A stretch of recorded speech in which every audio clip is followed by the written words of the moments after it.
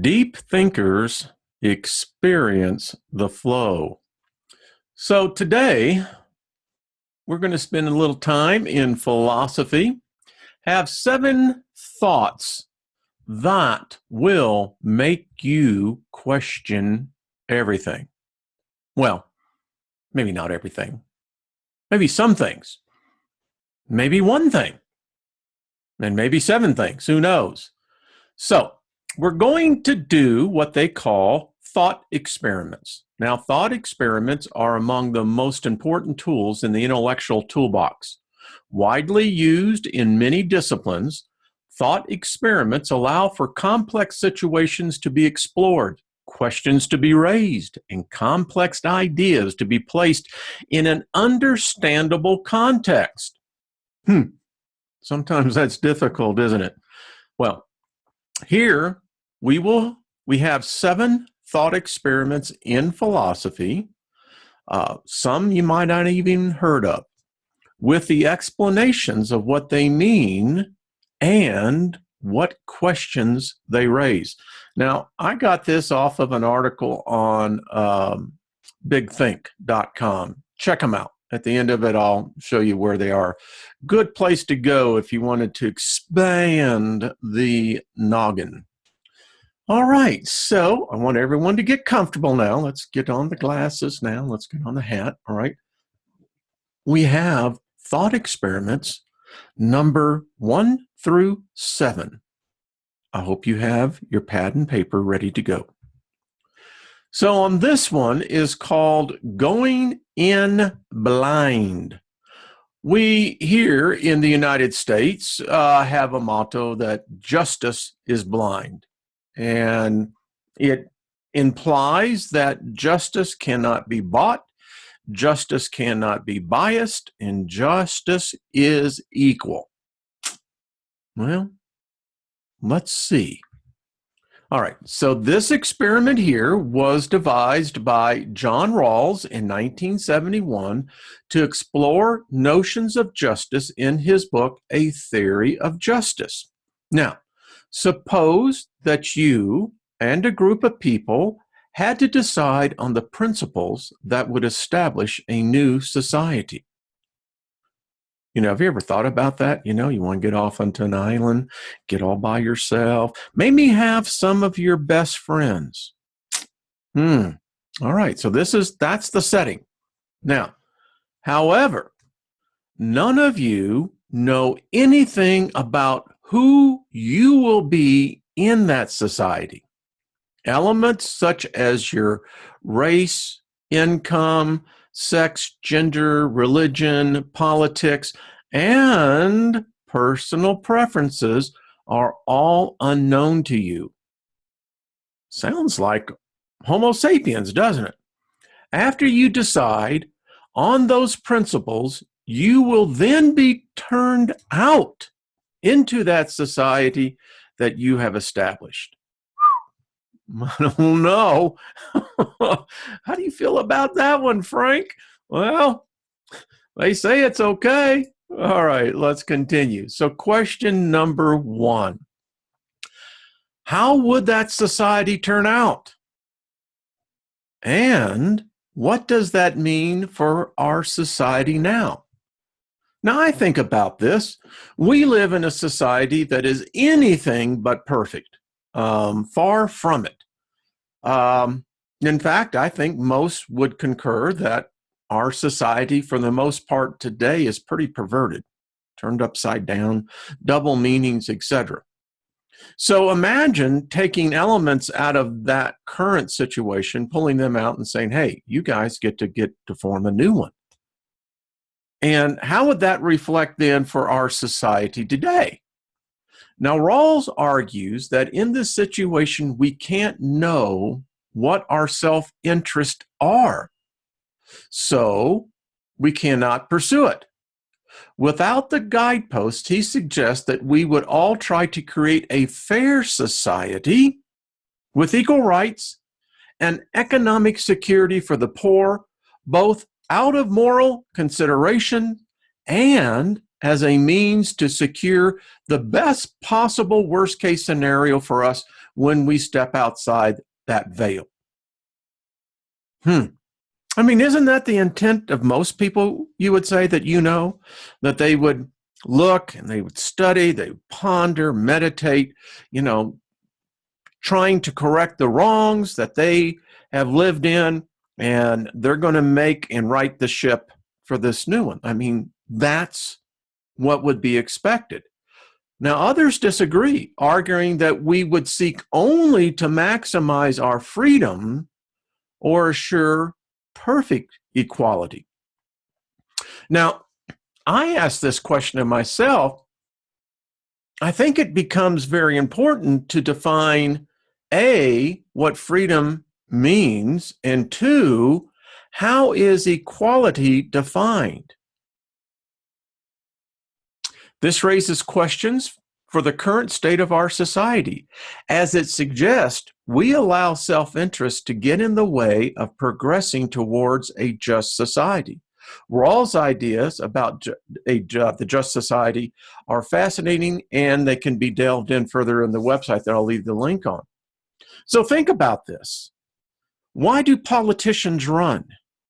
Why do men and women want to run for public office?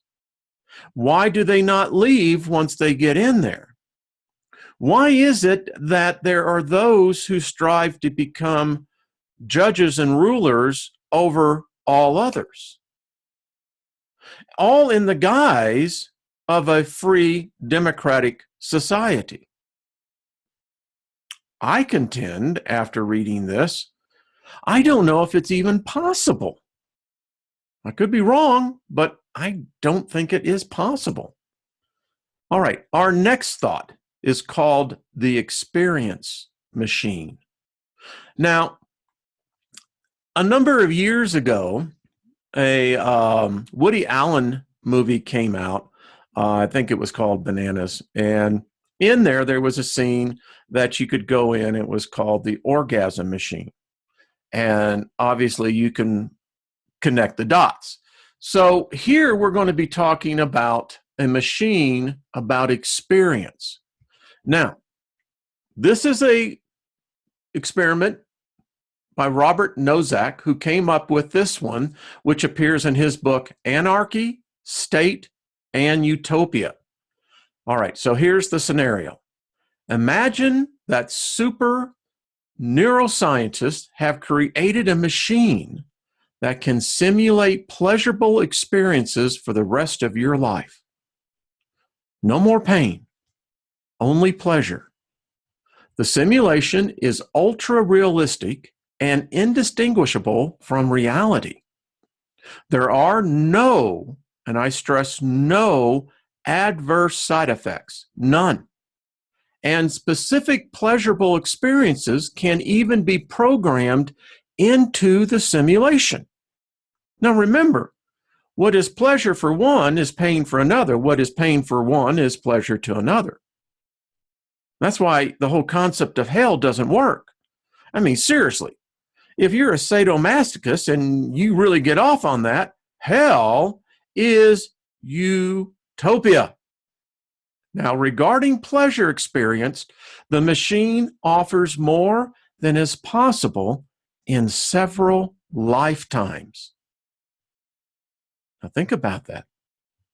You are going to experience pleasure beyond definition in your lifetime that you could not experience if you had 2 additional lifetimes. So question number 2 is this. Do we have any reason not to go into the machine? Think about it. Would you go into the machine? Nozick argues that if we have any reason to not get in, then hedonistic altruism, the idea that pleasure is the only good and that we ought to maximize it, is false. Now, many people value having real experiences or being a person who does things rather than dreams about doing them. That's a key difference. That's what we have lost, and we're going to have to instill it into the generations coming up as they get more immersed into the virtual reality. It's going to be very difficult for them to be able to distinguish from the fact that they could go out and do it instead of being immersed into an artificial realm. No matter what the reason, if you don't go in, you can't claim pleasure is the only good. And Nozak thinks most people won't go in. Would you go in? Again, that's the question. Hedonist, what is that? A person who believes that the pursuit of pleasure is the most important thing in life. A pleasure seeker. Now, some would contend all sapiens are in fact pleasure seekers. Where it gets a little dicey is, how do you define pleasure? What is pleasure? Now, there are counter arguments. Pete Singer, philosopher, professor at Princeton University, did a response to this, and he brought out a very interesting point. He said, some hedonists argue that people really would go into the machine, or that we have a status quo bias that leads us to treat the reality we are currently in as more important than others, better ones. In either case, the experiment does present us with a problem for those who argue we only want pleasure. Now, Professor Singer brings out the point that it seems the pleasure seekers, and now that can be many ways. Think about this. That can be a religious experience, could put you at the top of where you're leading others in this religious experience. Pleasure. Oh, better than sex. All right. Speaking of sex, that's another one. Speaking of money, wealth, position, power, all heavy aphrodisiacs. Now, it seems like those who pursue those pleasures lifelong, when they capture them, they are not fulfilling. Now, here's the paradigm. Those who do not seek pleasure seem to find it, and their experience is much more fulfilling. Paradox, isn't it? Our next thought experiment is called Mary's Room. All right? Pay real good attention to this. All right. An example of color. Are you learning anything by seeing it that you couldn't get out of a black and white book?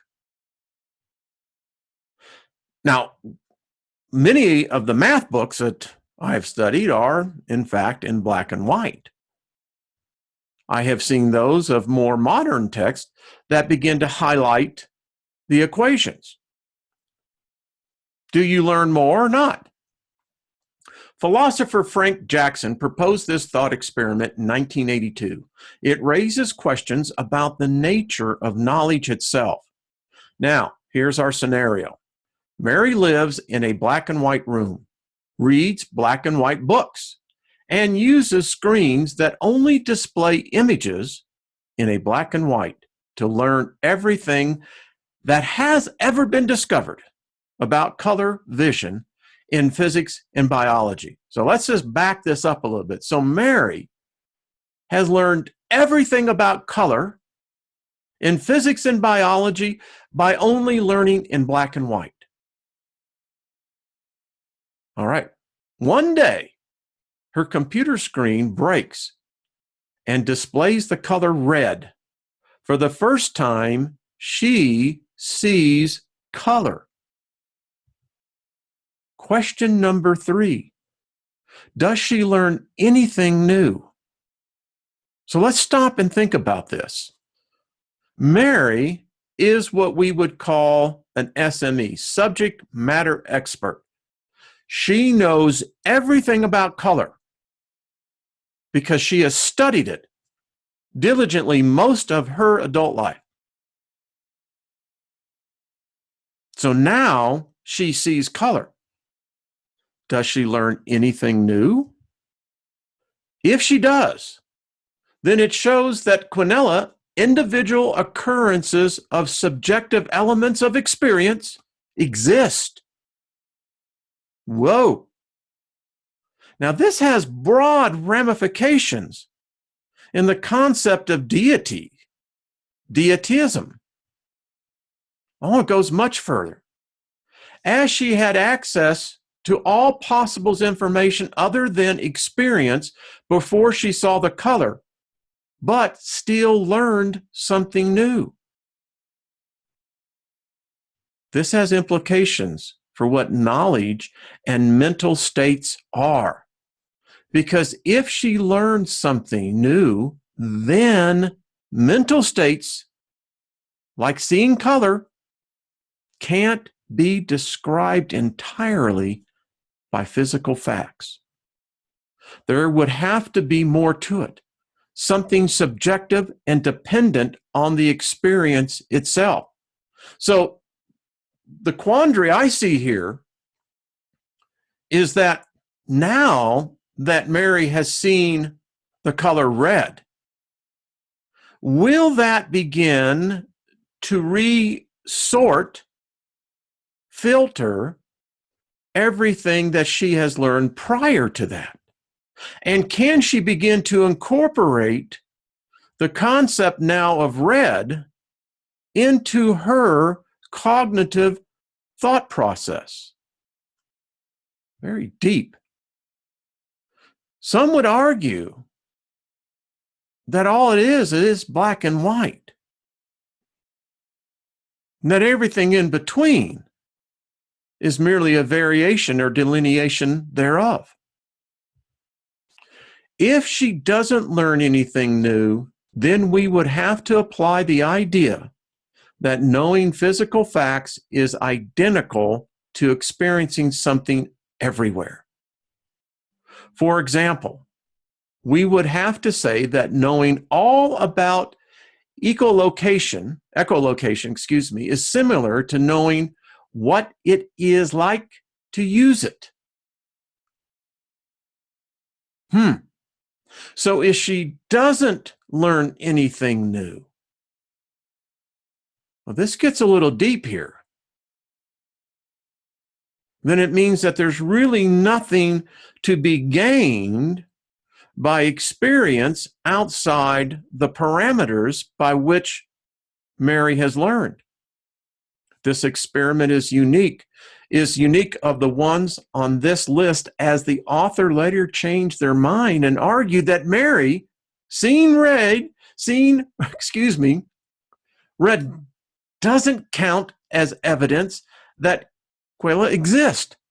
However, the problem posed by the experiment remains widely debated. Let's move on. This is Buridan's ass. Yeah, I know. Now, variations on this experiment date back to antiquity. This formulation was named after the philosopher Jean Buridan, whose views on determinism it ridicules. Okay. Imagine a donkey placed precisely between two identical bales of hay. The donkey has no free will and always acts in the most rational manner. However, as both bales are equidistant from the donkey and offer the same nourishment, neither choice is better than the other. Question 4. How can it choose? Does it choose at all, or does it stand still until it starves? If choices are made based on which action is the more rational one, or on other environmental factors, the ass will starve to death trying to decide on which to eat. as both options are equally rational and indistinguishable from one another. If the ass does make a choice, then the facts of the matter couldn't be all that determine the outcome. It couldn't. So some element of random chance or free will may have to be involved. It poses a problem for deterministic theories, as it does seem absurd to suppose that the ass would stand still forever. Determinists remain split on the problem that the ass poses. Spinoza famously dismissed it, while others accept that the donkey would starve to death. Others argue that there is always some element of choice that determinates it from another one. Say what? I mean, seriously. Every ass I've ever met would not be torn between whether it was equal distance or not. It's going to go eat. But then you can lead an ass to water, but it doesn't necessarily mean a little drink. So there the ass has the water, no different than the bales. Say what?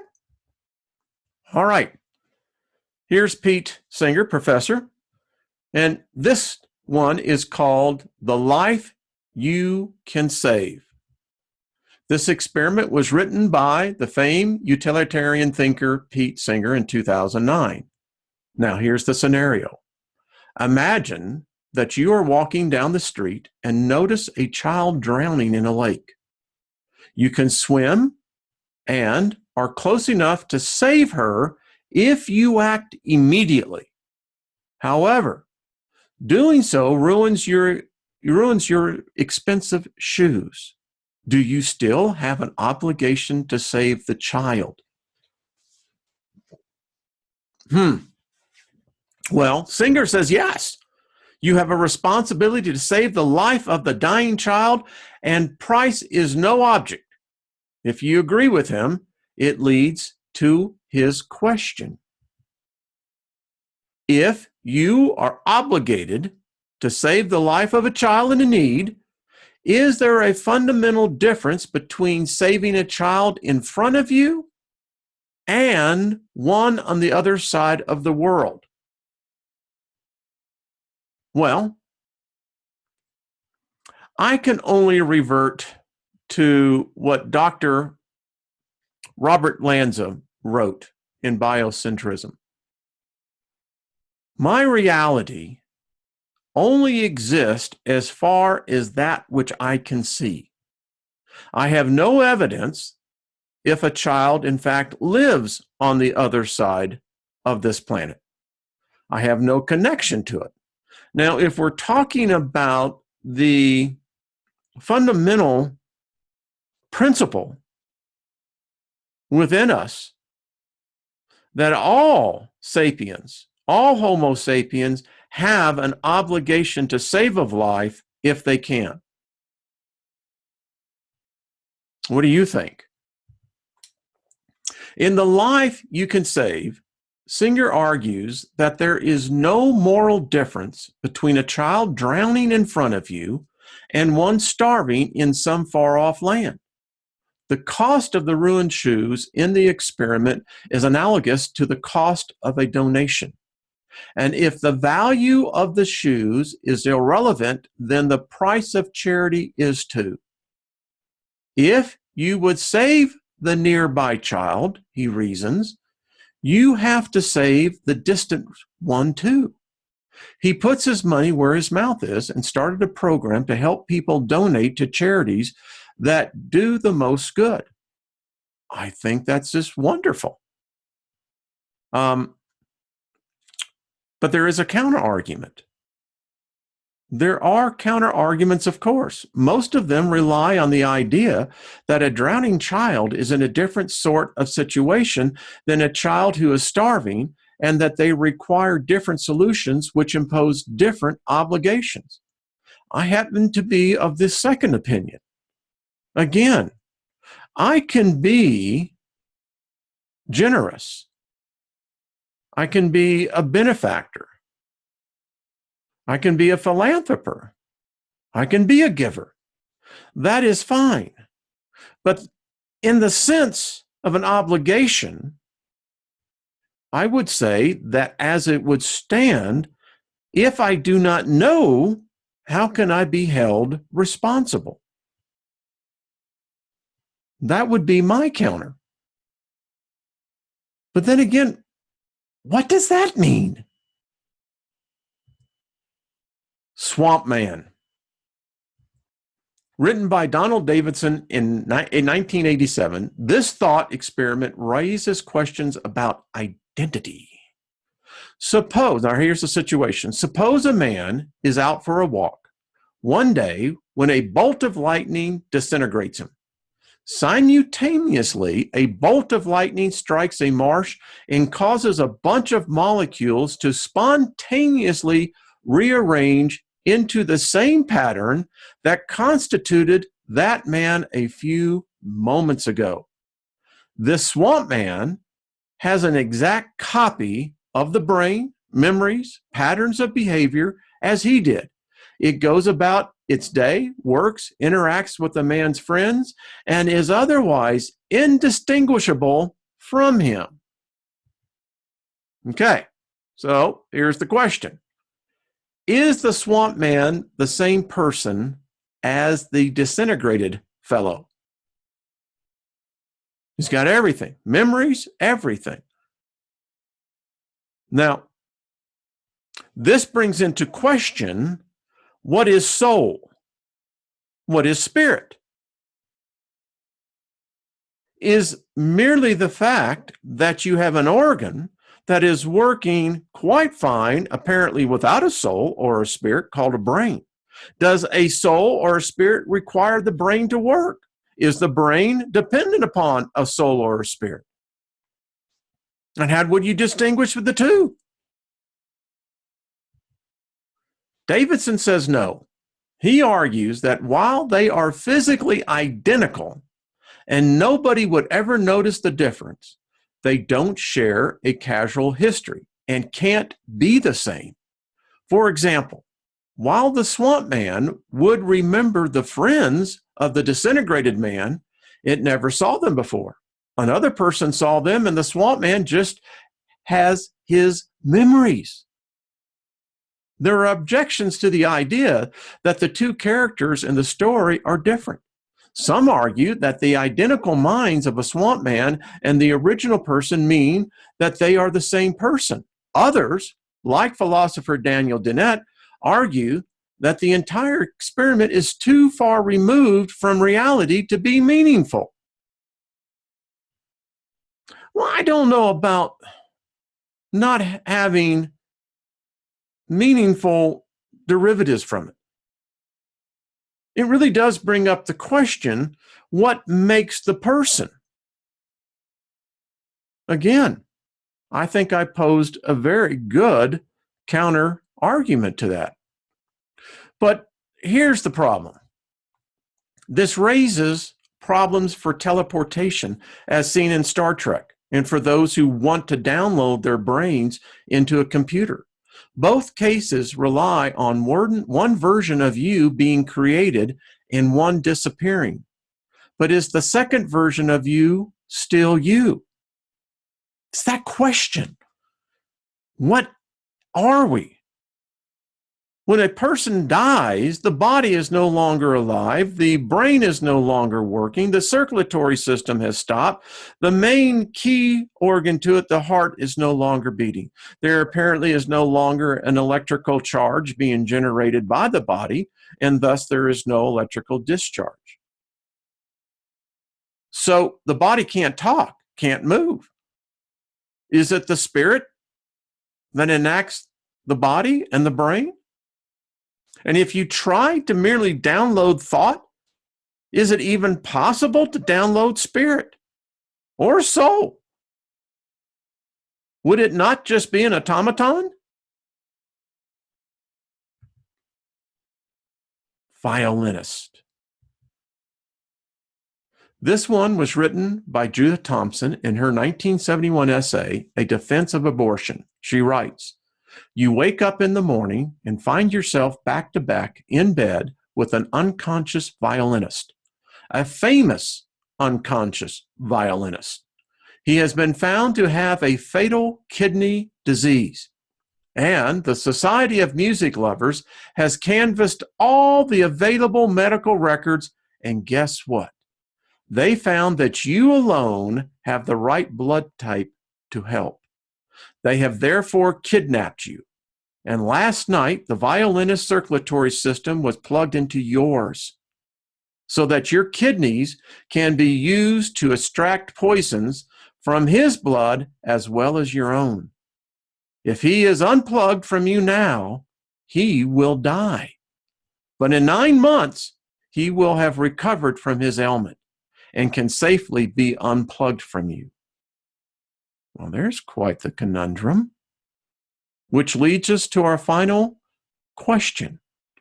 Are you obligated to keep the musician alive? Or do you cut him loose and let him die because you want to? Now, this really does begin to bring front and center sovereignty, individuality, possession rights. I mean, think about it. Did they have a right to take you and use your organs in order to keep another sapien alive that brings the world pleasure through the gifting that they possess? Are you morally obligated? Do you have a legal requirement, even though they've kidnapped you? Now that they've got you hooked up, could you see another human being die right before you? Yeah. Who, me? You. Thompson, who has several excellent thought experiments to her name, says no. Not because the violinist isn't a person with rights, but rather because he has no right to your body and the life-preserving functions that it provides. Thompson then expands her reasoning to argue that a fetus also lacks the right to another person's body and can be evicted at any time. My. This one is a sticky one, is it not? Now, is her argument, is it suitable? However, she doesn't say you have a right to kill him, only to stop him from using your body to stay alive. His resultant death is viewed as a separate yet related event that you have no obligation to prevent. Now, I would have to counter the argument with the doctor by saying this, but a fetus never had a choice. The violinist has had the life and the choice, knew of the disease. The fetus did not. And again, it begs that question, well, then when does sentient awareness constitute a life form? Because is an already existing life of more value to a life that has yet to be given life? Deep, deep questions. What we're doing here is lifting the veil of ignorance. And that is what philosophy whole purpose is about. It's only by discussing questions that so many people toss about so cavalierly. But us deep thinkers, we see things differently. And in that, we discover pleasure beyond anyone's imagination. I think it's because we touch the mind of the Creator itself. I don't know. What do you think?